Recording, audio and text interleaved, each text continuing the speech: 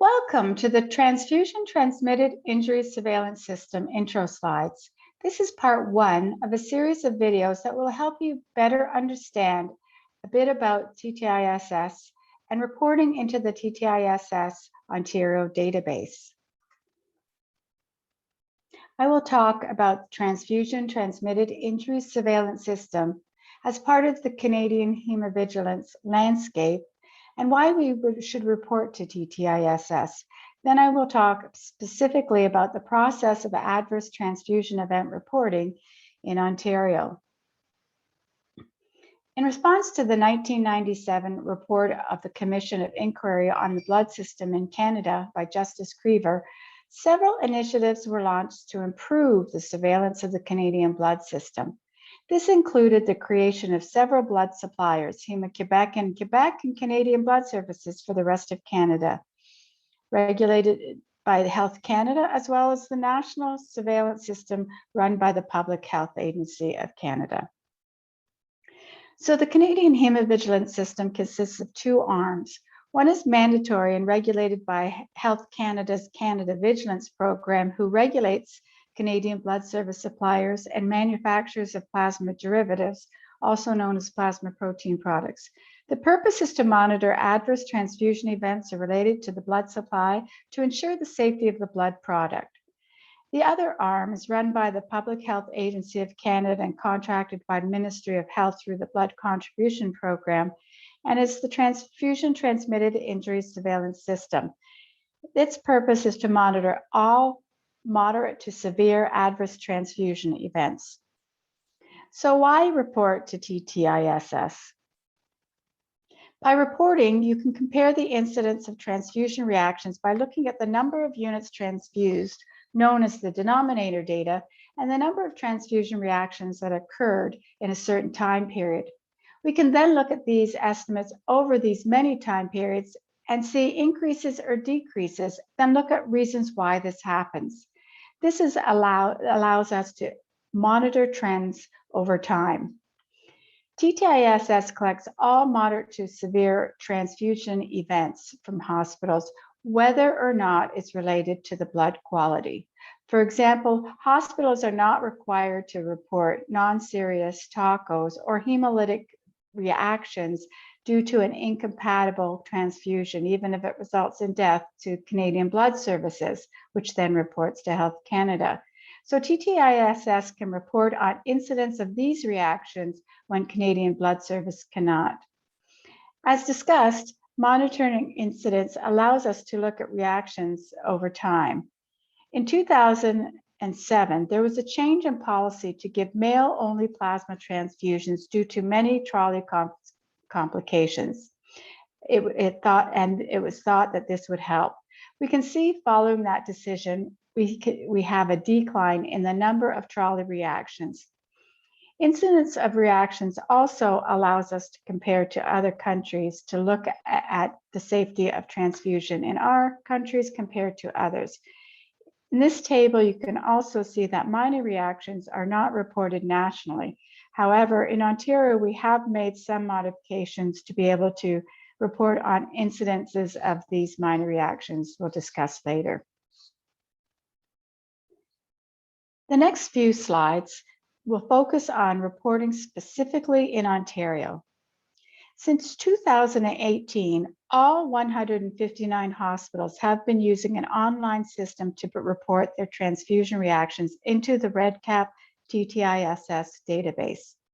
Since the national form was created in 2007, Ontario has made some modifications by adding more symptom fields and categorizing text fields for improved data analysis.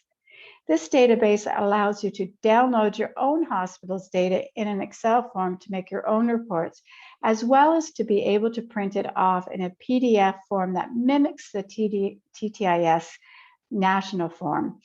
This can be used for sending, faxing, or emailing to other regulatory agencies as an initial report. This is a look at the TTIS REDCap database, just showing the menu in the left of how to export your data.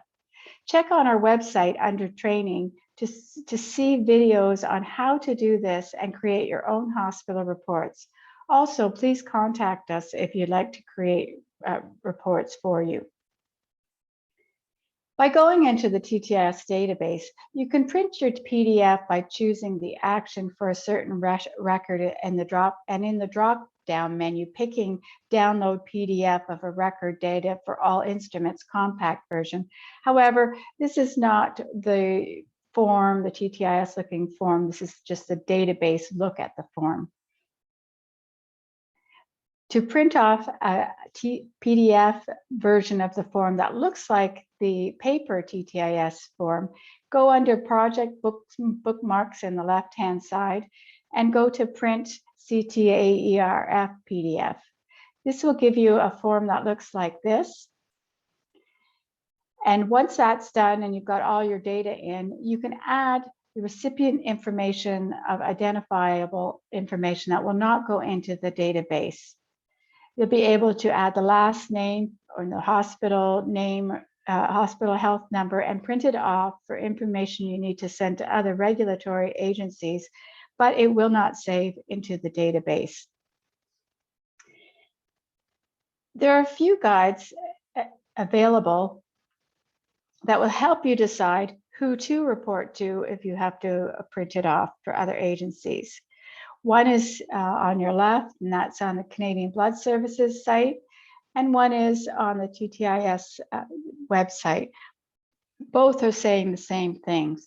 These guides will help you in deciding who to report for.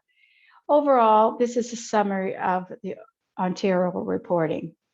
In Ontario, when a transfusion reaction is investigated in the hospital by the transfusion medicine lab, its imputability, severity, and outcome is decided.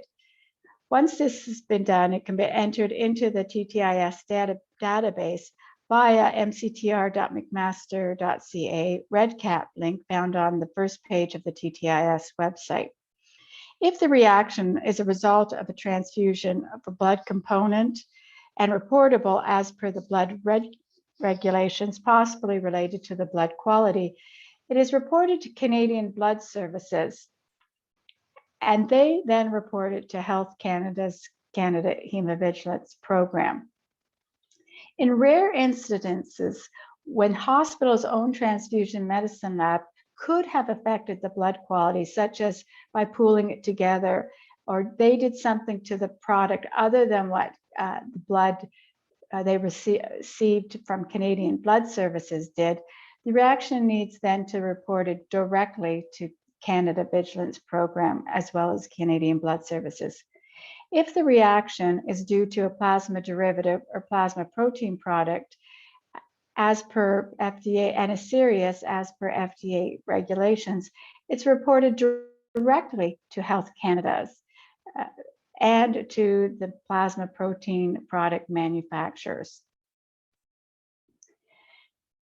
To note, there is also an online reporting algorithm on the TTISS website that helps make it easier on deciding who to report to. This is an interactive tool that asks you what the reaction is, what the product that it occurred, what it was that occurred from, and lets you know who to report to. This is quite popular and easy to use.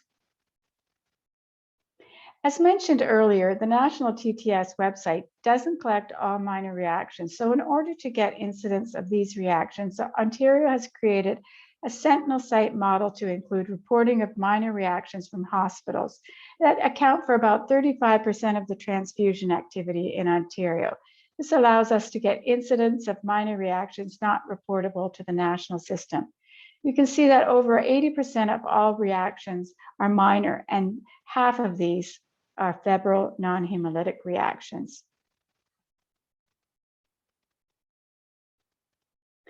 Ontario TTIS is involved in other activities as well. TTS have posted annual reports to the website. They send out newsletters and that include current data as well as interactive case contests. We have created many resources with our educational committee. This year, we updated our symptom chart for investigating reactions in conjunction with ORPCON. And last year, we updated our reporting guide and to include Vanessa's Law. As part of TTISS participants, we invite you to attend our annual meeting. This year it was virtual, and it consists of relevant presentations on current transfusion reaction topics and includes a workshop of interactive case workshops. We also invite Canadian Blood Services, ORBCON, Health Canada, and Ministry of Environment representatives to attend, as well as all transfusion specialists and hospital transfusion medicine laboratory personnel, including those that are responsible for reporting to TTISS. We partner with our ORBCON to communicate with sites messaging and the importance of reporting to TTISS. And as part of our training video series, you will be seeing how we will be improving the quality of the data by sending queries through the REDCap online data system, where you will receive an email for important missing information if that happens.